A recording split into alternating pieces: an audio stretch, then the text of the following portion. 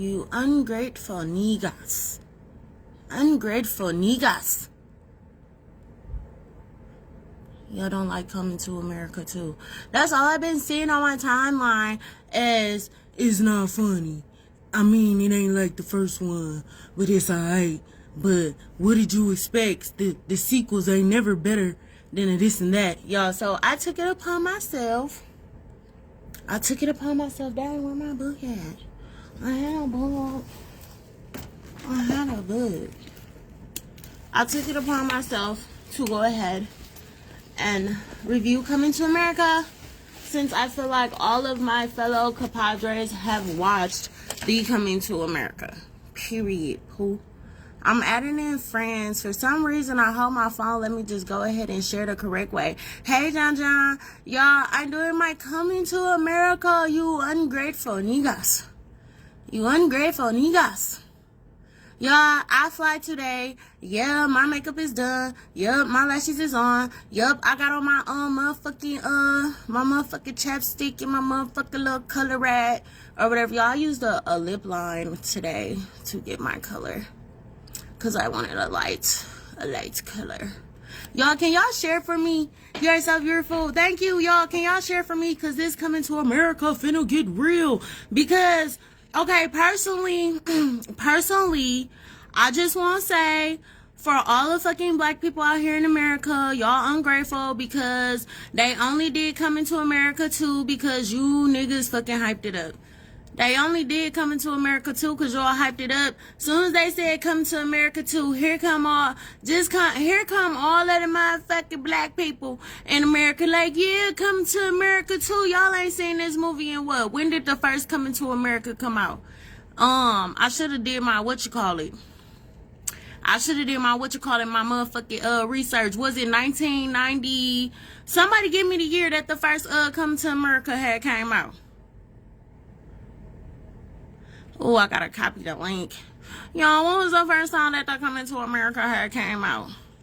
It was 1990 something. Let's give it the 1990s and shit like that. When that Coming to America came out, all we had really was good movies. We didn't have all the shows that we have today where we had a big picking and choosing from. You know, Eddie Murphy was at the top of his class. He's always been at the top of his game. He was doing movies. All of his movies was funny. Coming to America, the first one, very, very hilarious or whatever. But I feel like in order for y'all to grasp the full thing, because with sequels, you got to be able to play them back to back. It's like Friday. When we have Friday, we got next Friday, and we got Friday after the next. We got 3 Fridays. They come sequel.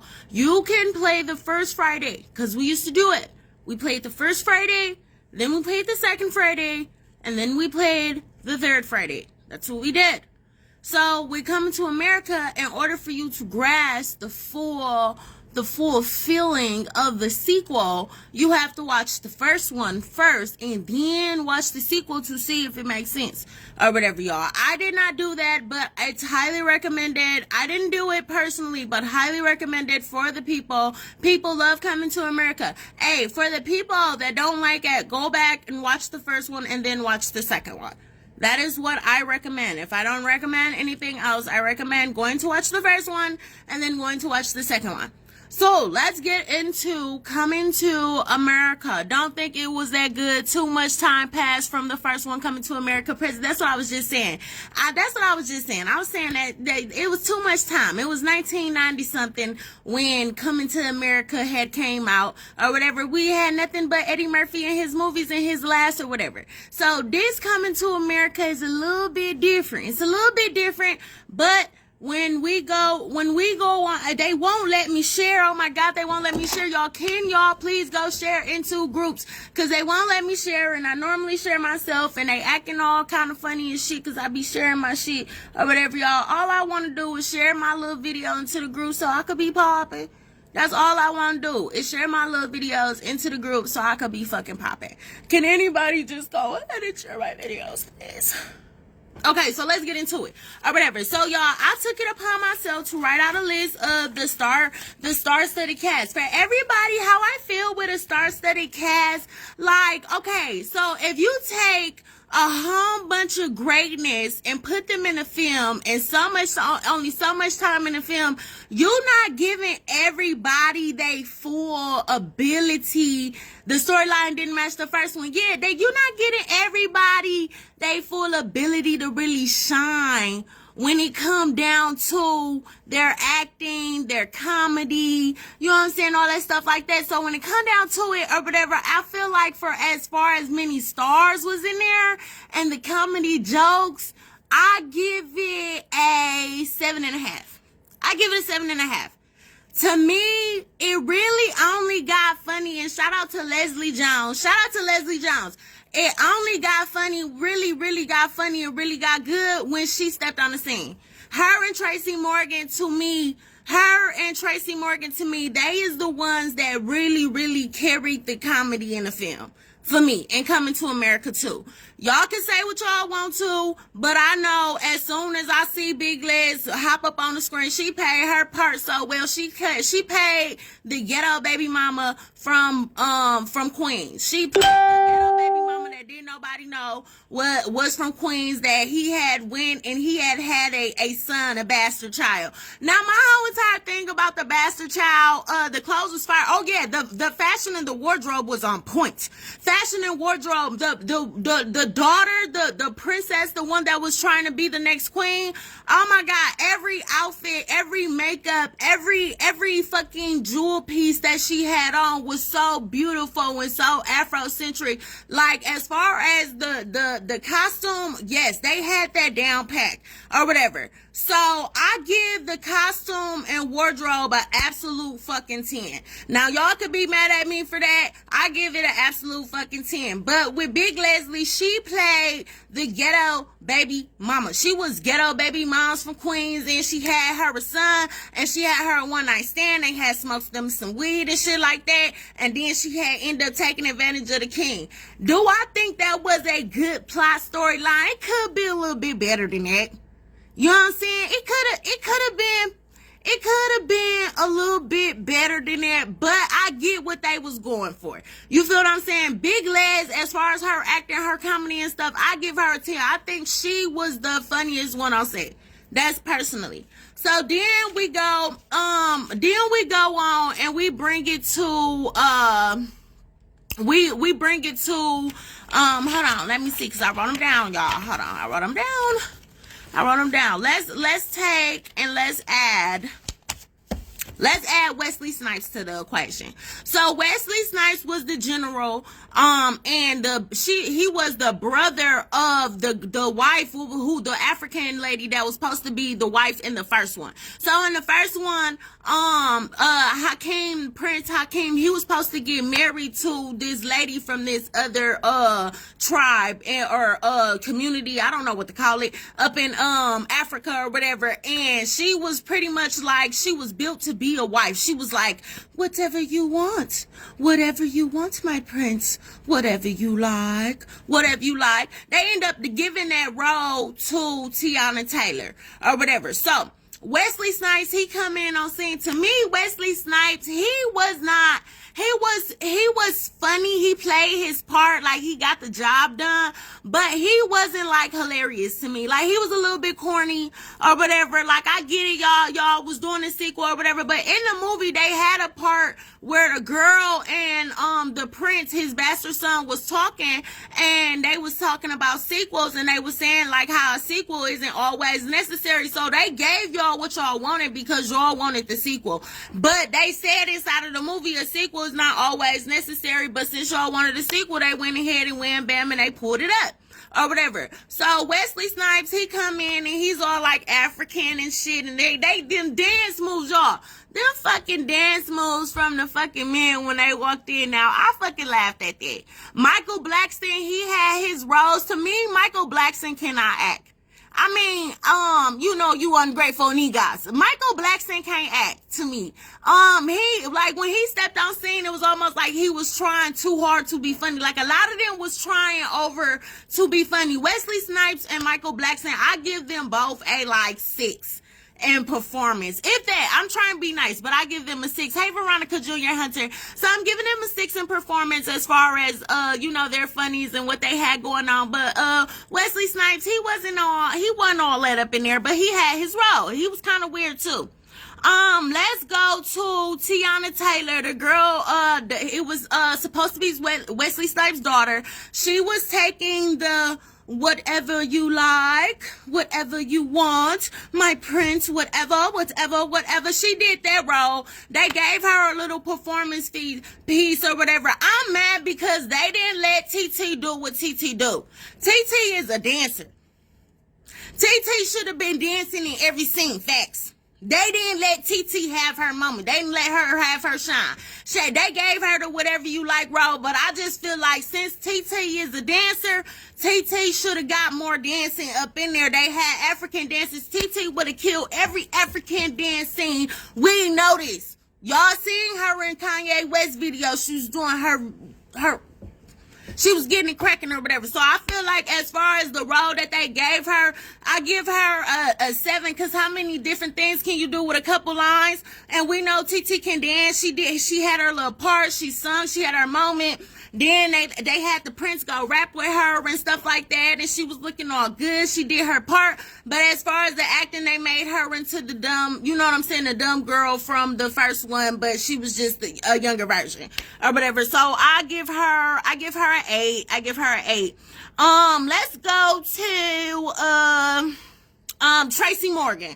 Now Tracy Morgan will forever be Unc. Like, Tracy Morgan is that actor that step on scene, and no matter what he do or what role he play, he's always that uncle, that funny uncle. Like, he played the funny uncle because everybody in the black community knows Tracy Morgan as the funny uncle. So he ends up raising Eddie Murphy's bastard child or whatever, and really being there for him because Eddie Murphy was absent because he didn't know he had a child or whatever. So he step on scene. Everything he does is absolutely hilarious to me. I will give him a 10. Him and Arsenio Hall, they was going back and forth the whole movie, and I think the way that they built that bond and connection and relationship between them two, where they was really angry with each other at first, but then they end up coming together. I love that concept, because sometimes, and black men in the community need to see that even though you have problems with people, it doesn't always mean that you have to take it to the shooting extreme or whatever.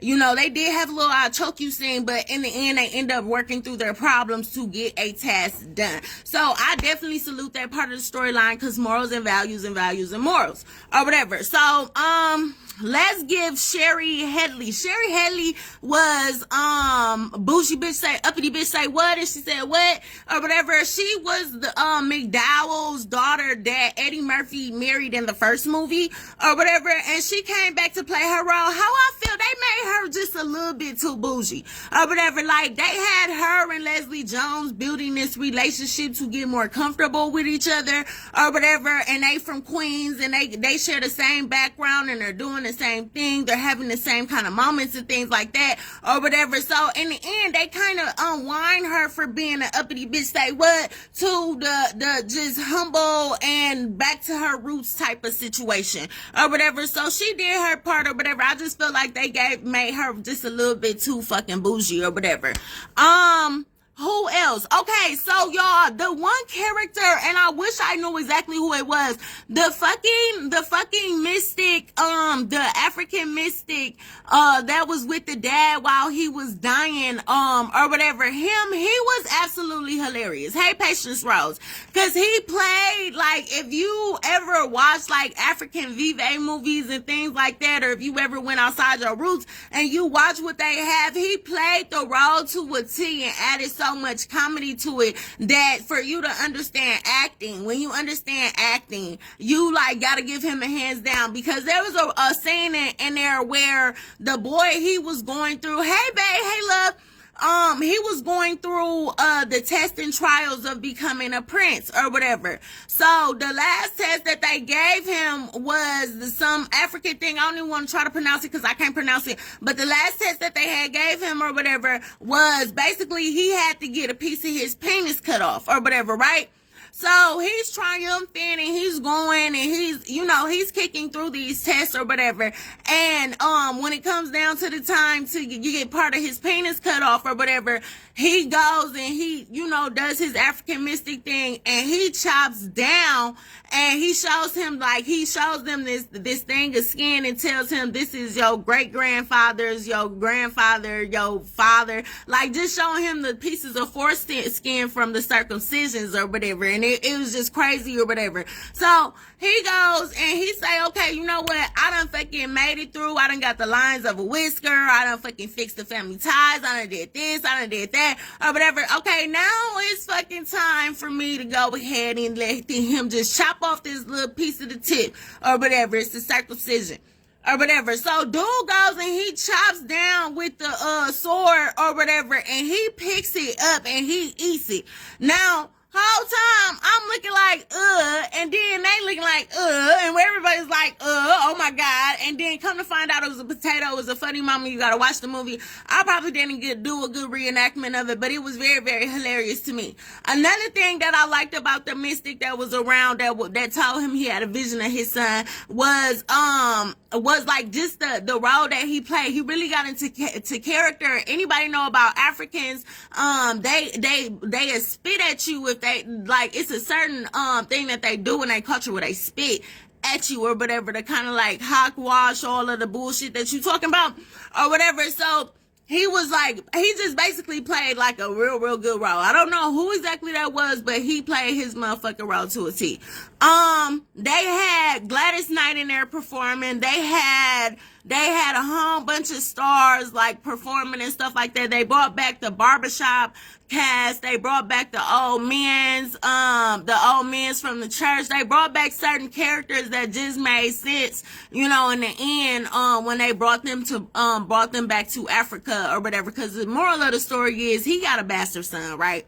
He go to America to pick up the bastard son. He bring the bastard son to Africa to marry somebody else in Africa so that he can have a peace treaty and shit like that. So he basically set his son up to marry a bitch or whatever, arranged marriage as it is they custom in Africa for their heirs and stuff like that. The boy get there, he like, what the fuck going on? He's trying to be everything that he could be or whatever, and he goes and he passes all these tests and he nails it to the coffin. He meets the lady is doing whatever you like. He goes ahead and he does the same thing that his dad did in Coming to America 1, and he finds him an African beautiful woman, which happens to be his barber, to marry, and that's pretty much it or whatever. But when it come down to the role that he played, he did a very, very good job as Prince Akeem #2.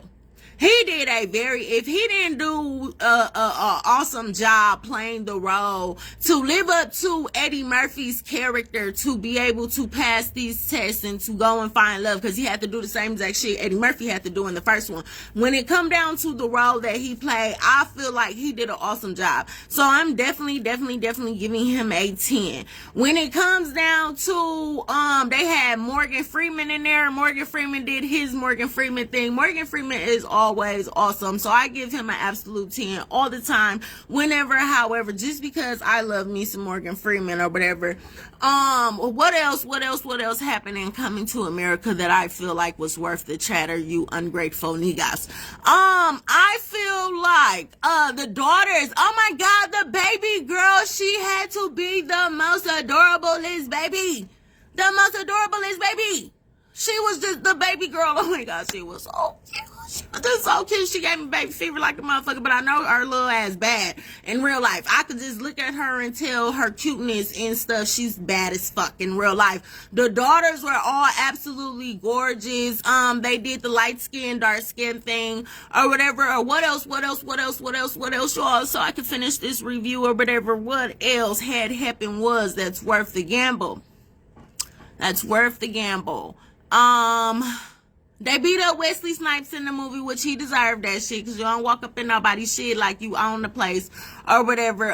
What else was really worthy of discussion? Y'all, I don't know. It's like y'all said, it wasn't really everything. It wasn't really everything that we expected, but as far as a sequel, they gave y'all what they wanted, and as far as a star-studded cast, as much as y'all watched Amazon Prime, they all got paid. I'm talking about probably millions and millions and millions and millions of dollars for that movie or whatever, just because we all watched it. Hey, Cynthia Sin, that's my nail tech, y'all. She on here. What else, y'all?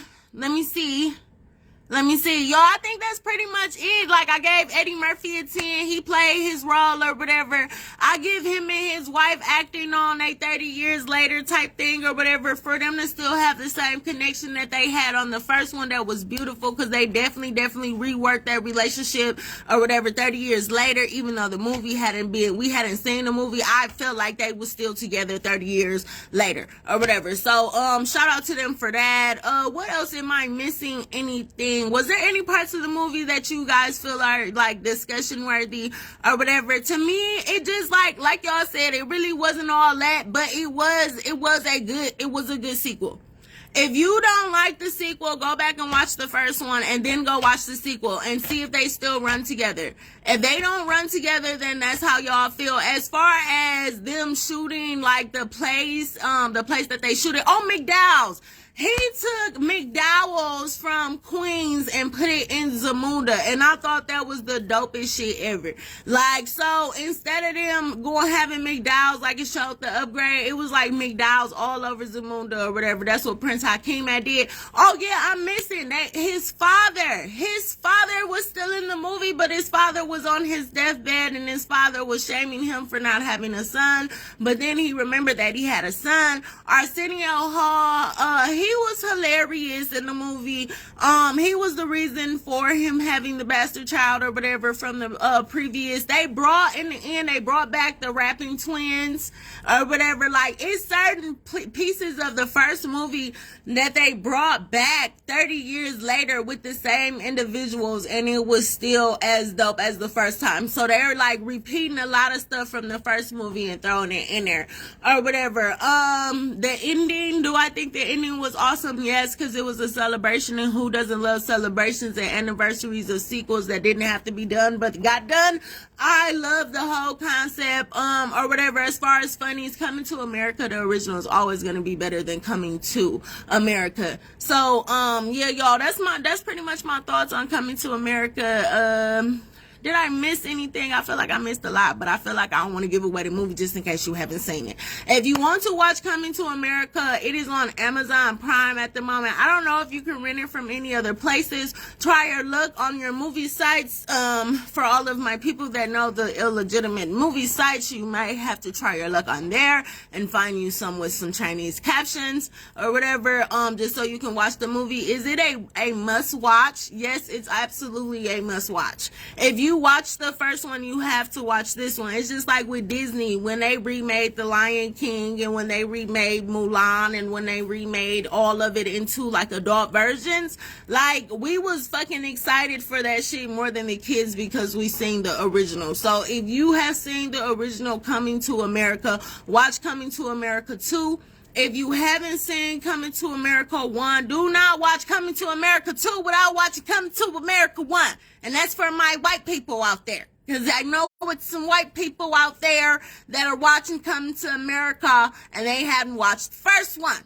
So if you're gonna watch the second one, you better watch the fucking first one first. Fine. Thank you, Jeffrey Wooder. Y'all, as for that, I'm gonna go ahead and get off of here. Thank y'all for sharing. Thank y'all for y'all support. Thank y'all for everything that y'all do or whatever, y'all. Announcement, if I may. Y'all, my birthday, my golden birthday, March 27th is, my golden birthday. And, I'm gonna be like a golden age or whatever.